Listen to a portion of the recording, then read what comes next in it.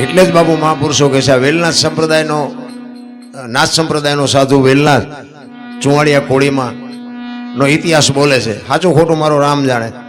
પણ એકવાર વેલનાથ બાપુ કે વસ્તીમાં વિચારવા માટે નીકળ્યા ને, અને એક ગામની બાજુમાં આવ્યા અને દી આથમવાનો સમય ને એમને એમ થયું કે રાત રોકાઈને સવારે જઈશ.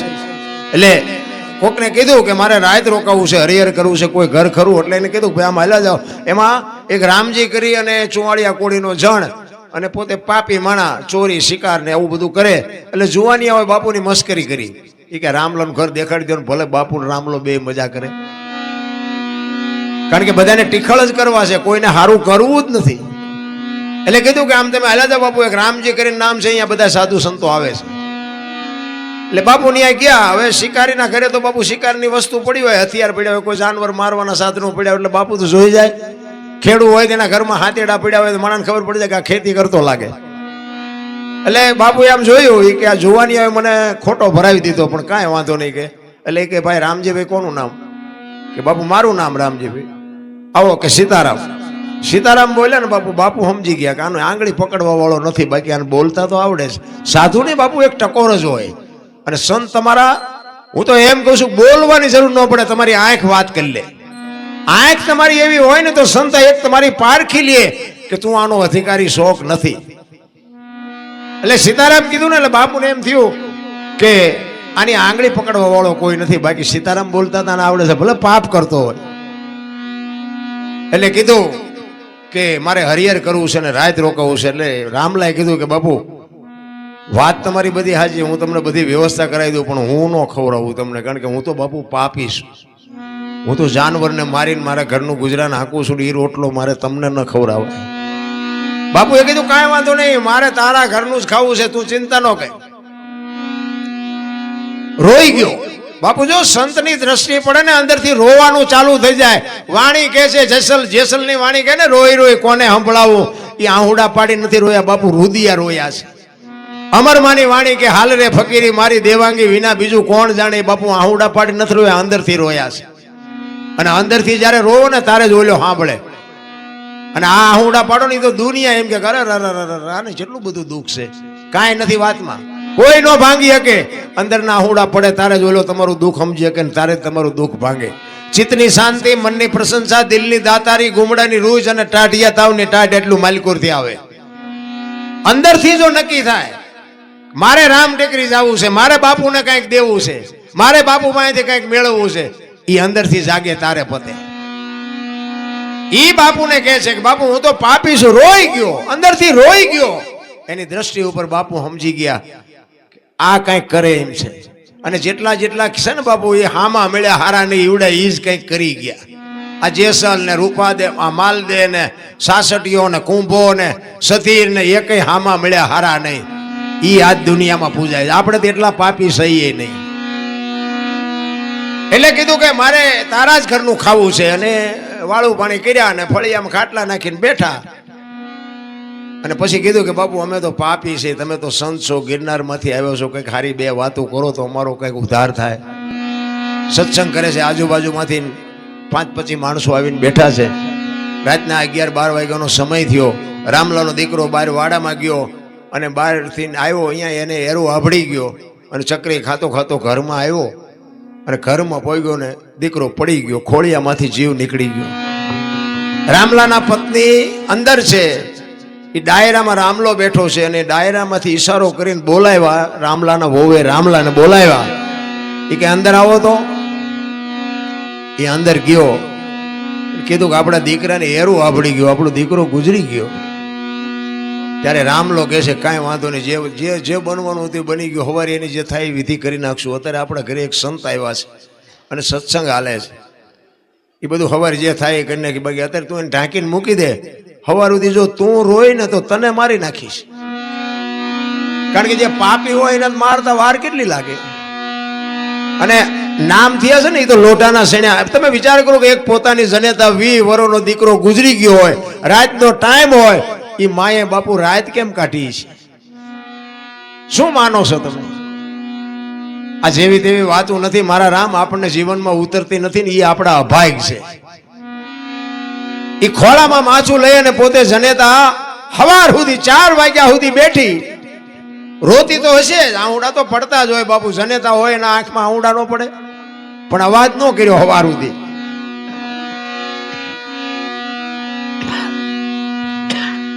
સવાર પડીને 4 વાગ્યા, આજુબાજુમાં ખબર પડી કે રામલાનો દીકરો ગુજરી ગયો, રામલાનો દીકરો ગુજરી ગયો. બધા એની ડેલી મંડ્યા આવવા, ફાળિયા ખેસિયા ખંભાઈ કરી કરી.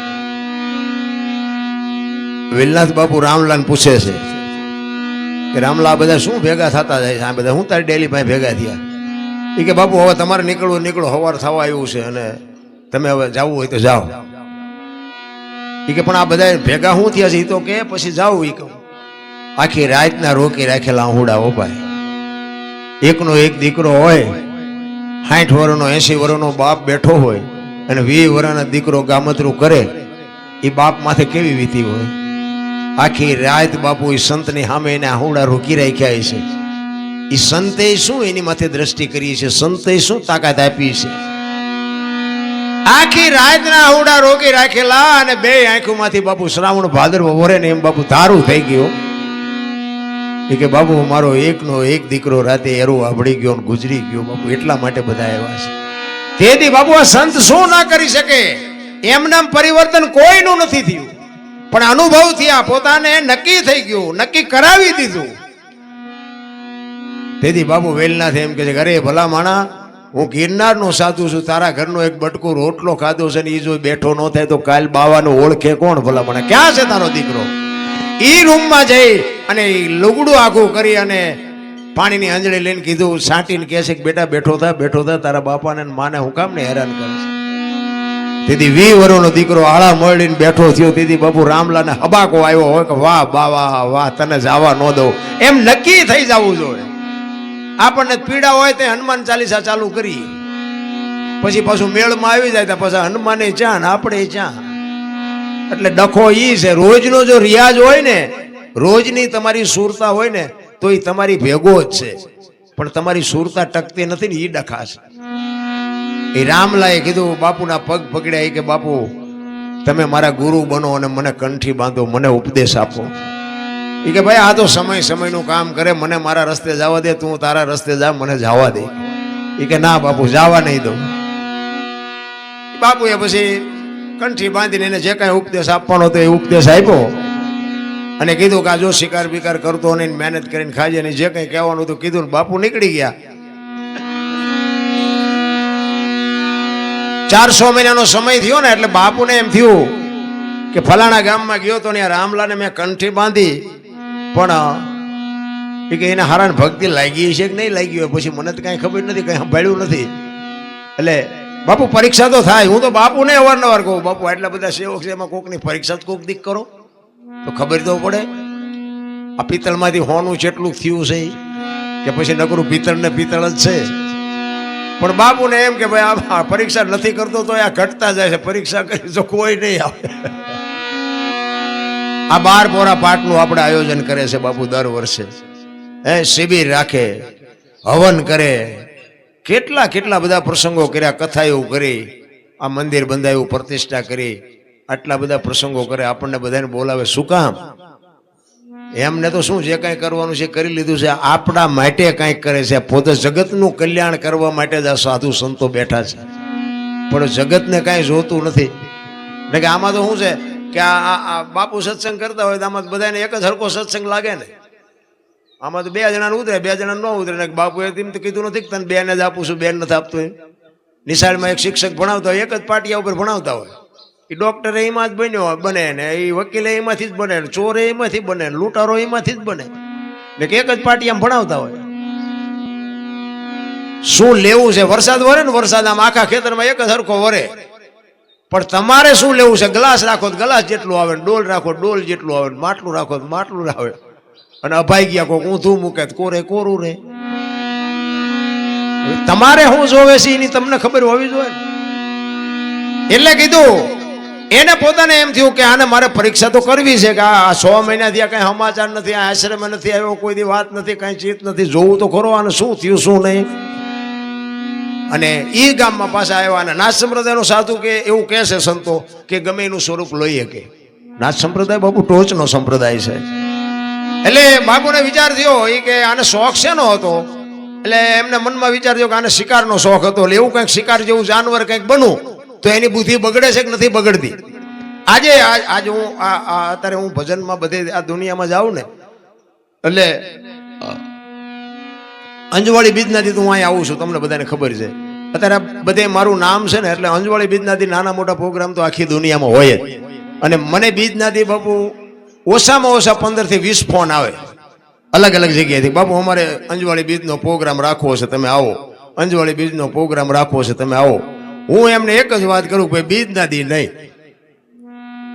મને હું કહું એટલા રૂપિયા આપે, મારે એવું વ્યક્તિગત બોલાય નહીં, પણ હું કહું એટલા રૂપિયા આપે, પણ બીજના દી હું ન જાઉં. શું કામ?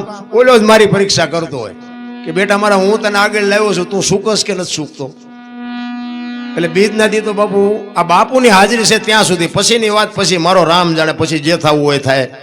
બાકી બાપુની હું તો જાહેરમાં કહું છું ને આ તો બરોબર, પણ હું ગમે મારા વિડીયામાં હું ક્યાંક ક્યાંક બોલ્યો હોઈશ કે અંજવાળી બીજના દી હું મને ગમે એટલા 5 લાખ રૂપિયા આપો તો હું ચોરવેરા રામ ટેકરી સિવાય ક્યાંય ન હોય. એવો કંઈક બાપુ જીવનનો સિદ્ધાંત હોવો જોઈએ, કંઈક ગાંઠ વળવી જોઈએ. નકર અહીંયા મને 2 લાખ રૂપિયા આપે તો અહીંયા તો 500 ઓછા કરવાના હોય. 2 લાખ લેવાનો વ્યૂ જવાય, હું મૂર્ખ ન કહેવાય.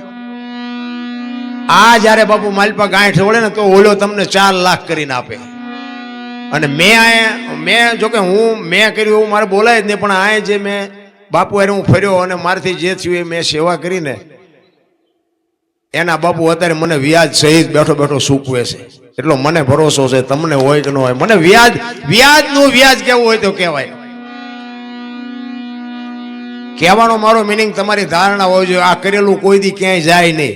ઘણા એમ કે હવે બાવાની અહીંયા તમે રોજ એમના મફત હેલા જાઓ બાવા બનશો. બાવા નહીં, આમાં દુનિયામાં નામ થઈ જાય, તમારી ગણતરી જ ખોટી છે.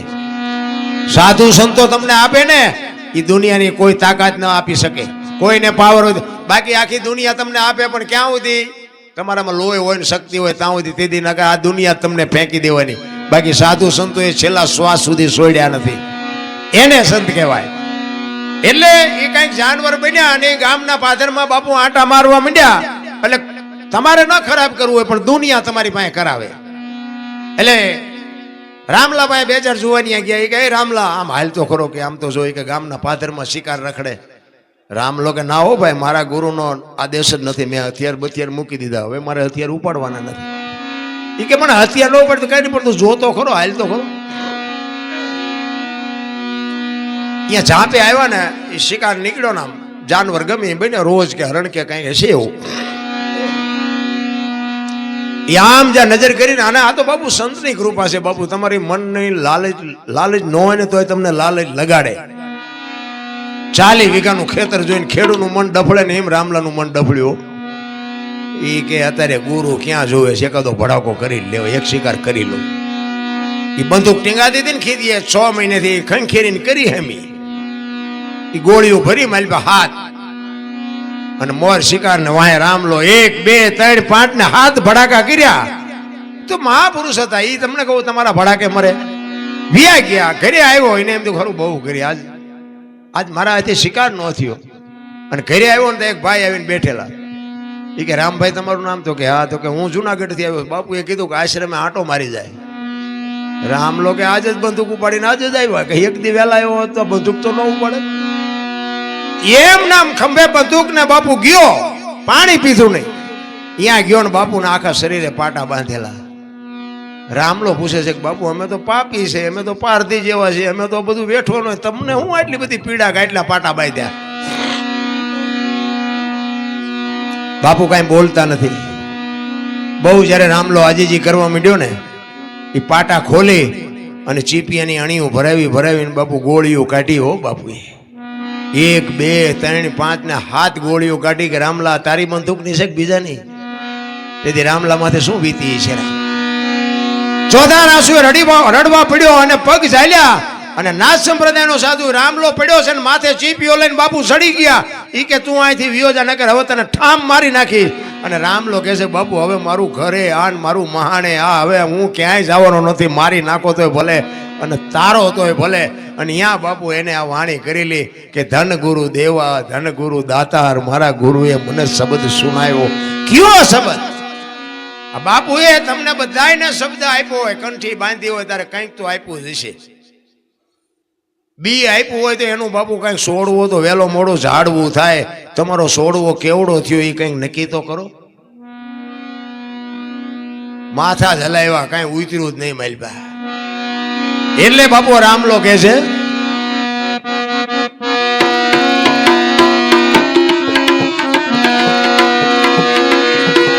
ખાલ રે પડાવું મારા એ શરીર રે તણી ન રે સોનેરી રંગેથી રંગાવું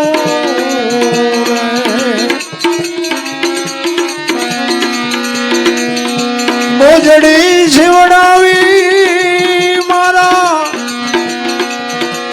એ ગુરુને રે પહેરાવું તોય મારા ગુરુની તો લેનો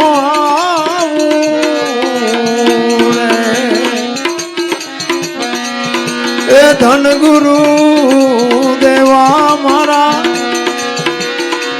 એ ધન ગુરુ દાતાને સદગુરુ એ શબ્દ મને રે સુનાયો રે.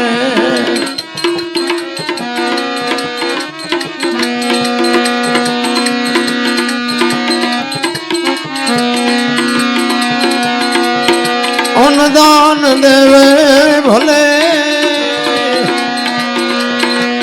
એ ભૂમિદાન દેવે ને કંચન ના મેલ ભલે ને લૂટાવે. મહાપુરુષો કીધું અન્નદાન દેવે ભૂમિદાન દેવે કંચન ના મેલ લૂટાવે તો એ ગુરુની તોલે તો બાપુ કોઈ દી કોઈ આવ્યું જ નથી. રામ ને કૃષ્ણ જેવાને સદગુરુની જરૂર પડી છે. એક બીજી વાત કરી દઉં કે આટલા બધા બેઠા છો, તમને ભગવાન જો અપાવે તો ફૂલ નહીં તો ફૂલની પાંખડી અહીં મારે લઈ નથી જવાના. અહીંયા બધાને ખબર છે ગાયોના ઘાસચારા માટે હરિહર હાલે છે. જો કંઈક અપાવે કારણ કે ફૂલ નહીં તો ફૂલની પાંખડી. હું તો દરબાર છું, મારથી મગાય નહીં, પણ સતી તોરલ બોલ્યા હતા મરવું પણ માગવું નહીં અપને તન કે કાજ. આ પરમાર્થ માટે મને માગતા ના આવે લાજ. જો તમને ભગવાન અપાવે કારણ કે ખબર છે બધાને પરમાર્થ છે, એટલા માટે સદગુરુની કૃપા જો થઈ જાય તો જ બાપુ તમારો મારો આ મેળ. બાકી ગુરુને